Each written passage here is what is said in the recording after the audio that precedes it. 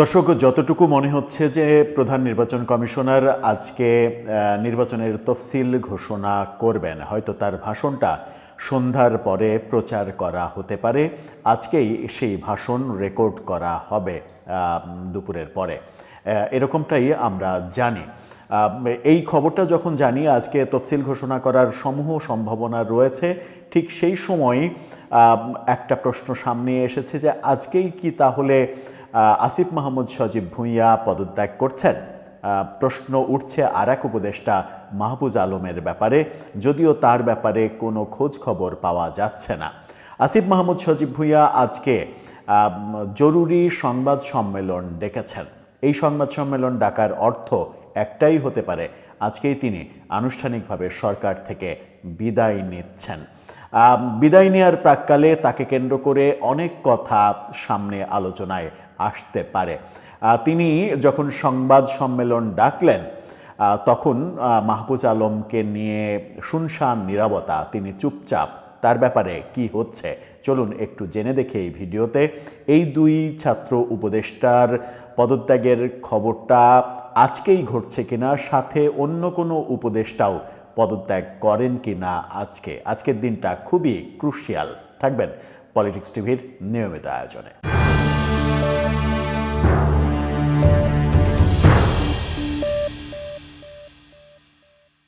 দর্শক, বলছিলাম আসিফ মাহমুদ সজীব ভুঁইয়ার কথা। অনেকদিন আগেই তিনি একটি সাক্ষাৎকারে বলেছিলেন তারা দুইজন ছাত্র উপদেষ্টা শুধু নয়, আরও অনেকেই সরকার থেকে নির্বাচনকালীন সরকার থেকে পদত্যাগ করবে। তফসিলের আগে আরও অনেকেই পদত্যাগ করবেন এবং আরও একাধিক জনের নির্বাচনে অংশগ্রহণ করার সম্ভাবনার কথাও তিনি উল্লেখ করেছিলেন। কিন্তু সেরকমটা এখন পর্যন্ত আমরা টের পাইনি। ভেতরে ভেতরে তলে তলে কি হচ্ছে সেটা তো আর বলা সম্ভব নয়। কিন্তু আসিফ মাহমুদ সজীব ভুঁইয়া গত রাতে তাকে কেন্দ্র করে যে খবরটা গণমাধ্যমে এসেছে তাতে মনে হচ্ছে যে তিনি হয়তো আজকেই পদত্যাগ করবেন, অথবা অতি নাটকীয় কোনো সিদ্ধান্ত আসতে পারে। গত রাতে গণমাধ্যম এই তথ্যটা নিশ্চিত করেছে এবং সেই খবরে যেটা বলা হচ্ছে, আপনারা খবরের শিরোনামটা দেখে নিতে পারেন। সেখানে বলা হচ্ছে বুধবার জরুরি সংবাদ সম্মেলন ডেকেছেন উপদেষ্টা আসিফ মাহমুদ। সেখানেই স্থানীয় সরকার, পল্লী উন্নয়ন ও সমবায় মন্ত্রণালয় এবং যুব ক্রীড়া মন্ত্রণালয়ের উপদেষ্টা আসিফ মাহমুদ সজীব ভুঁইয়া বিকেলে জরুরি সংবাদ সম্মেলন ডেকেছেন। আজকে সচিবালয়ে স্থানীয় সরকার বিভাগের সম্মেলন কক্ষে বিকেল ৩টায় এই সংবাদ সম্মেলন অনুষ্ঠিত হবে। গত রাতে এটা নিশ্চিত করা হয়েছে। সংবাদ সম্মেলন, এরকম জরুরি সংবাদ সম্মেলন ডাকার অর্থ কী? অর্থ তিনি মন্ত্রণালয় থেকে বিদায় নিচ্ছেন, তাই তো?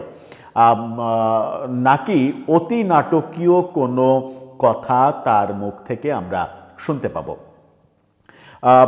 তার পদত্যাগ করার সম্ভাবনাই বোধহয় বেশি, কারণ নির্বাচন করুন কিংবা না করুন তাকে নিয়ে এবং মাহফুজ আলমকে নিয়ে যথেষ্ট বিতর্ক রয়েছে। নির্বাচনকালীন সরকারে তারা থাকলে নির্বাচন প্রভাবিত করার চেষ্টা করতে পারেন, এরকম অভিযোগ তাদের বিরুদ্ধে কিন্তু রয়েছে। সুতরাং আজকে পদত্যাগ করার সম্ভাবনাই তার বেশি, এটা ধরে নেওয়া যায়। আর যেটা বলছিলাম যে অতি নাটকীয় ঘটনা যেটা ঘটতে পারে, সেই ক্ষেত্রে যেটা ঘটতে পারে সেটা হচ্ছে যে তিনি বলতে পারেন যে তিনি নির্বাচন করছেন না, সরকারেই থাকছেন। অর্থাৎ নির্বাচনের মাঠে তাকে আর প্রতিদ্বন্দ্বী হিসেবে আমরা পাচ্ছি না। এর একটা কারণ আছে, এই সম্ভাবনা উড়িয়ে দেওয়া যায় না। কারণটা হচ্ছে আমরা দেখেছি যে তিনি ঢাকা 10 আসন থেকে নির্বাচনের প্রস্তুতি নিচ্ছিলেন। বিভিন্ন মানে নিজের মন্ত্রণালয় থেকে বিভিন্ন সাহায্য সহযোগিতা ঢাকা 10 আসনের বিভিন্ন প্রতিষ্ঠানকে দিয়েছেন বলে সমালোচনাও হয়েছে তাকে কেন্দ্র করে।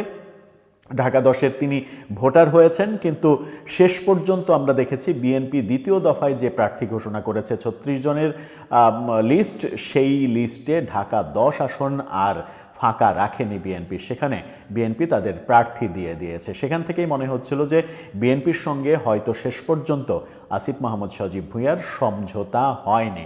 আর বিএনপির সঙ্গে সমঝোতা না করে আসিফ মাহমুদ সজীব ভুঁইয়ার মতো একটা ব্রিলিয়ান্ট ছেলে নির্বাচন করবেন বলে মনে হয় না।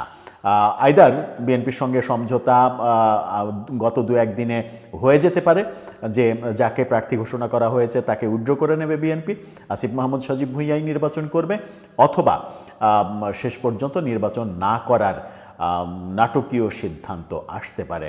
কিন্তু আমার মনে হয় না যে আসিফ মাহমুদ সজীব ভুঁইয়া স্বতন্ত্র থেকে এই আসনে নির্বাচন করবেন, কারণ স্বতন্ত্র নির্বাচন করলে বিএনপির সঙ্গে পেরে ওঠা তার পক্ষে সম্ভব নয়। কি সিদ্ধান্ত আসছে তাহলে বিকেল 3টায়? এই আসিফ মাহমুদ সজীব ভুঁইয়ার কথা যখন বলছি তখন মাহফুজ আলম সম্পর্কে কোনো কথা শোনা যাচ্ছে না, টু শব্দটি নেই। মাঝখানে একবার শোনা গেল, এনটিভি তাদের একটা নিউজে বলার চেষ্টা করেছে যে মাহফুজ আলম শেষ পর্যন্ত নির্বাচন না করে সরকারে থাকার সিদ্ধান্তের দিকেই ঝুঁকছেন বেশি, অর্থাৎ তিনি নির্বাচন নাও করতে পারেন, সেই কারণে তাকে নিয়ে আলোচনা খুব একটা নেই। অন্য উপদেষ্টাদের ক্ষেত্রে পদত্যাগের কোনো ঘটনা ঘটবে কিনা সে ব্যাপারে এখন পর্যন্ত কোনো আঁচ করা যাচ্ছে না। তবে আজকের দিনটা এবং আগামীকালকের দিনটা যদি আজকে তফসিল ঘোষণা না হয় তাহলে আগামীকালও সুযোগ রয়েছে। আজ এবং আগামীকাল এই দুটো দিন খুবই ক্রুশিয়াল।